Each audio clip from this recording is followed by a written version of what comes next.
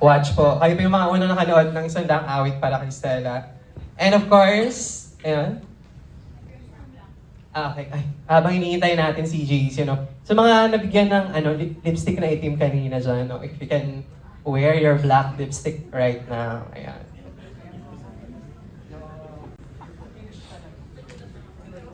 Kamusta? Kinaya nyo ba? Ayan. Let's welcome Stella and Fidel, Bella Padilla and JC Santos. Ayan. Wanna say a few words? Mga nagpunta tonight? Thank you for watching. Few words lang. Ay, maraming salamat po. Thank you for coming today. We are isa kayo sa maswerte na nakapanood before September 10 for our premiere. Please help us para maipakala to sa mga taong manonood sa sinehan. And thank you sa kung nahabag man kayo at na-enjoy nyo to. Please post us in your social media account. Thank you. Thank you po. Fun fact, hindi pa napapanood ni JC ng po. Kayo, napanood yun na. Galing kami ng screening din kaninang umaga at interview. So kalahati lang naabutan namin ulit. Well, ako napanood ko na siya kahapon. And, iyak ako na iyak. So I wanna know, anong naramdaman nyo? Kamusta po ba? Galing mo. Masakit? Masakit na naman? Ano mas gusto nyo? Tula. Tula. Parehas. Ako isang gang awit na yung mas love ko. Favorite one yun. Yeah. So we're gonna allow a few questions now from our friends. So if you... And Ate Bella give this surprise, actually birthday for me as a ikaw gift. yun. Yes! And yeah, thank you so much. Sobrang ganda po ng isang daang awit. And of course, I'm here with my girlfriend. Ginawan ko din siya ng isang daang tula nung nililigawan ko pa siya.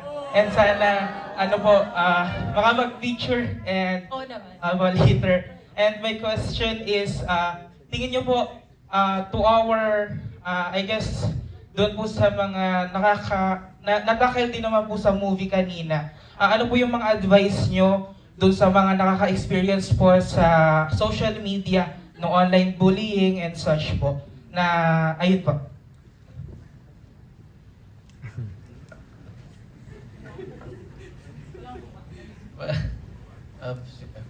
Nako. Hindi rin ako expert sa social media, hindi rin naman ako nagbabasa. So I guess maybe yung ginagawa ko para klaro lang yung para hindi ako nagbabasa ng comments, hindi ako nagbabasa hindi lang ako sa explore page at kung kaya niyo mag-mute ng mga tao. Ano ba? Usually nakakalimutan din ng mga tao yan yung mga sinasabi nila sa iyo at saka kadalasan yung mga sinasabi nila sa'yo, hindi naman nila kayang sabihin in front of you. So, yeah. So, don't take it seriously. Maybe. Totoo yun, yung hindi nila kayang sabihin in front of you. Ako especially now in 2025, or dahil after ng pandemic, parang lahat tayo na stuck sa loob ng bahay, di ba? Nasanay tayo na lahat, we're chronically online. So, yung iba, nagkaroon ng habit to hindi na comment, kasi commenting on someone or something is either constructive yan or you're trying to say something, diba, to add to a topic. Pero if you're just commenting just to speak up or minsan nonsense na, noise na lang siya, diba? So, nagkaroon na parang feeling ko nagkaroon na tayo ng sakit sa Pilipinas na kinasanayan natin na magkaroon ng opinion sa buhay ng ibang tao. Kahit hindi sa mga artista, kahit sa normal na tao. So, sana bawas-bawasan natin yun. Ako, baliktad ako kay JC, nagbabasa ako ng comments because I like seeing what people perceive as truth nowadays. Kasi fake news is so prevalent in the Philippines and it's very, very, very, very disturbing to me. Kasi ang hirap labanan ng fake news eh. So, mahilig ako makipagsagutan sa TikTok ng funny kasi ang saya ng bardagulan sa TikTok. But I also try to correct when there's something wrong. So, yun, as much as possible, if you feel bothered by it, kumbaga, try mo siyang matulog ka ng isang gabi, kung siguro the next day, nababother ka pa rin yun, maybe reach out to the person and ask like why they said that or what made them feel that way. Did you do anything to make them feel that way? And, yun lang. Thank you, thank you. And we have another one here, si Kat. Hi po, good Hi. evening po. I'm Kat, a content creator po sa TikTok. Hello. I'm a fan since 2017 po. I write articles about the movie po back when I was in college. And question lang po, if may tatlo po kayong salita to describe this movie, what would it be po?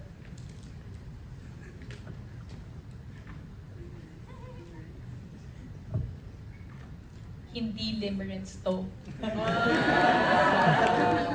Nako, lagat ka.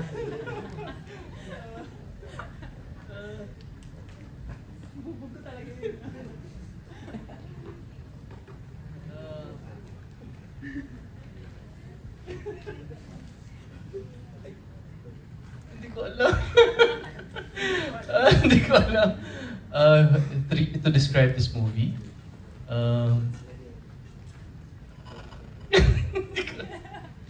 Isipin ko mabuti ha. But,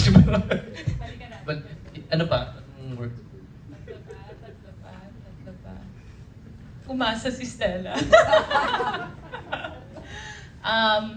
Pogi ni Fidel. Pansin niyo ba? Grabe yung mga shots ni JC dito. No?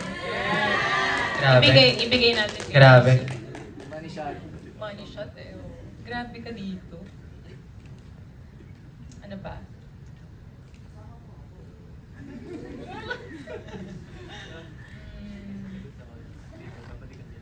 Halika na. So, abang iniisip niya yan, may isang question pa dito. Ayan. Thank you for your question.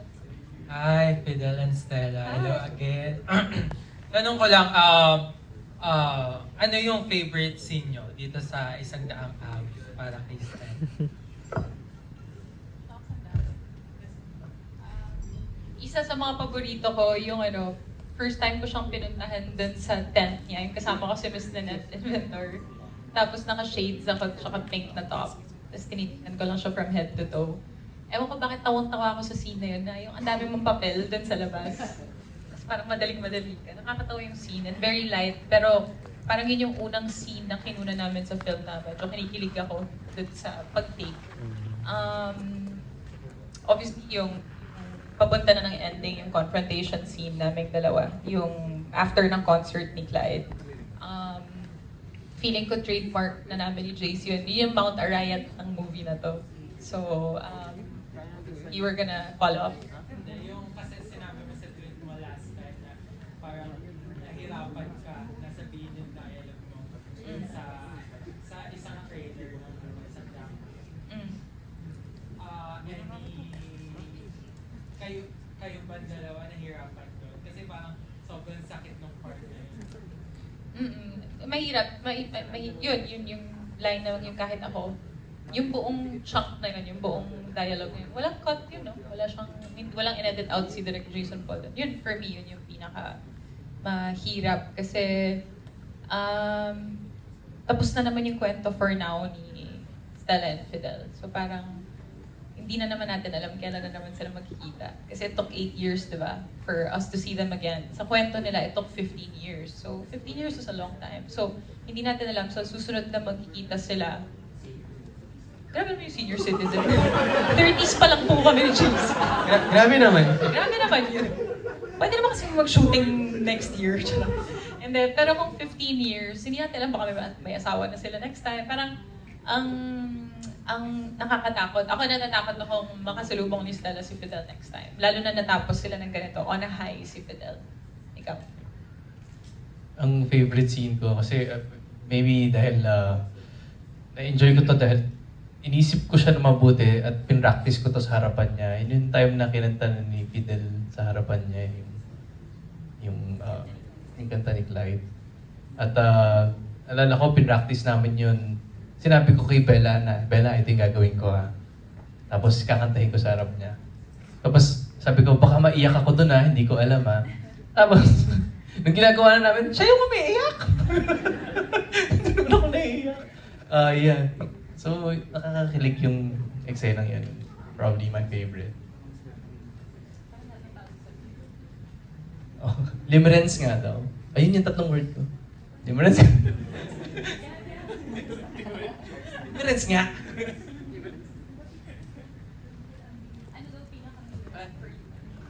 Pinakamahirap, yung away.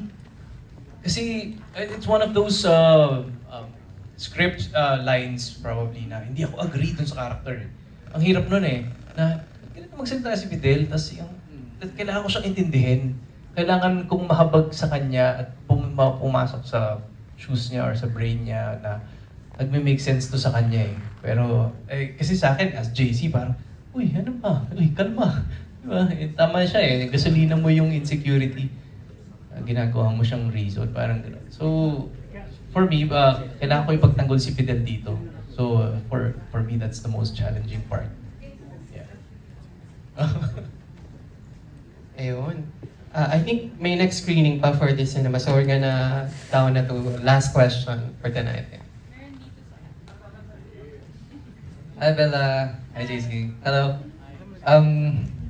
Kabasag, no? Mabasag yung film. I know, right? Ba't ganyan kayo? Anyway, as a director yourself, Bella, I wonder if masaya ka ba sa ending ng dalawa yung resolution ng relationship nila JC, ni Fidel at saka ni Stella.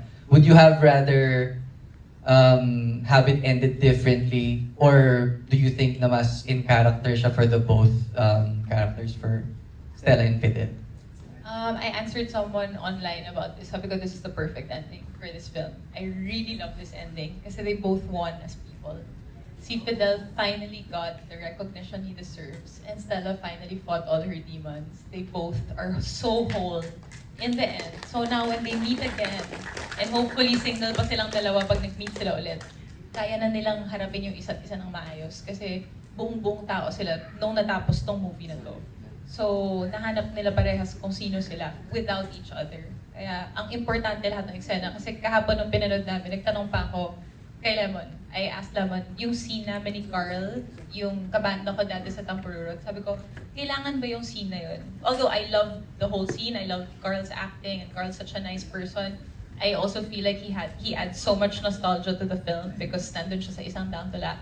But then na-realize ko, it's the first time Stella's asking for help and advice from someone na hindi siya romantically involved with. So sabi ko, yes, kailangan nga yung eksena na yun. So it's, si Fidel then finally got recognition from such a big audience. Hindi mga peers niya lang sa school. These are strangers na, kung napansin yung eksena kanina, sabay-sabay nagtaas ng cellphone na, you know, they were finally shining a light on him. You know, like they finally got what they both deserve. So, it's really the perfect ending. And, you know, we had so many questions on set. Ang dami naming, parang hindi naman sasabihin ni Stella to, hindi naman sasabihin ni Fidel to. But Jason Paul Aksamana knows what he's doing. Like, you really have to trust that he knows what he's doing. Thank you. JC, ikaw? Masumagot ka. Difference, di ba? Hindi kasi naalala ko lang sinabi ni Direk Jason Paul, kung nandito siya ngayon, pagtatanggol niya to, sinasabi niya na, Direk! Mamaya makakasama natin siya. Hindi daw to love story sa kanya. I disagree. So, may expound siya dun so hindi lang ako sure kung ano yung ibig niya sabihin. Para sa kanya, hindi to love story. So, Ayun. Thank you. Invite na lang natin everyone to spread the word. Watch again. Media conference to, hindi naman to vloggers conference. Nandito lahat ng familiar faces. Grabe naman. Yes, thank you sa lahat ng mga naka-raise na cellphone ngayon. I know, ito na yung strength nyo. Please help us spread the word. Palabas na po kami sa September 10. At sa lahat ng mga nanood noon, noong 2017, iniimbitahan po namin ulit kayo na panoorin ito. And please tell your friends and family. Isandang awit para kay Stella. Thank you so much. Isang pakiusap lang po namin. Sana po wala munang spoilers. Huwag niyo pong sasabihin na hindi kami nagkatuluyan. Yaan niyo sila Aabangan mag-isip. po kami sa labas. Huwag niyo po munang sabihin kasi, magagalit po sila sa Twitter. Charot. Thank you so much. Maraming salamat. But we can have like a one food off together. Yeah. As a whole, compressed ng time. Pero papayag ako magpa-picture kay Sir na anniversary niyo, di ba tama ba? Birthday. Birthday, tama. Birthday. Sige, go. Dito na lang, pakarap na lang po tayo. Mag-press tayo.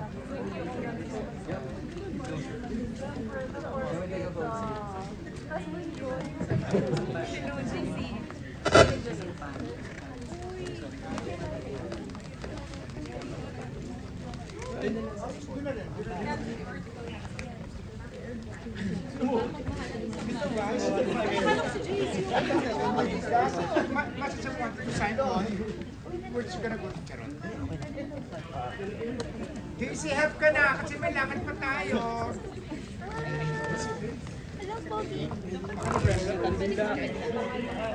Baka nag-rest. Hindi ko siya. Hindi mo naman pala.